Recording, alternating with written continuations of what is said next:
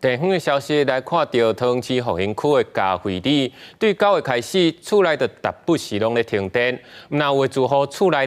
电器拢歹去，阁有民众指控讲，因为安尼造成火灾。针对这不满，台电是保证会赶紧来做山区送电的改善工程，这问题应该真紧就会当解决。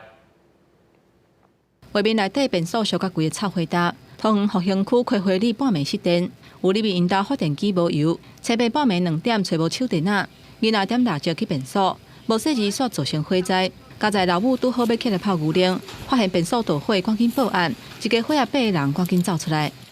看窗户那个火焰，然后就有烟又跑出来，然后我就赶快叫大家全部叫起来，更换这些比较旧的电线，或者是中间的自动跳电系统，是不是要加码加多一点哦？如果一旦一个点停电之后，后面不会说影响的户数太多。复兴山区9月到10月，甚至国庆连假几夜改停电甲复电，造成部分的家电用品损害，还佫发生火灾。山区的居民是真无奈嘛，真生气，希望台电赶紧提出改善措施。因为台电表示，开会里通报停电，就随做处理，而且半暝1点电就来啊。不过嘛讲，山区宽人较少，用电甲配电的线路较分散，会影响修理甲复电的效率。答应会赶紧办理山区供电的改善工程。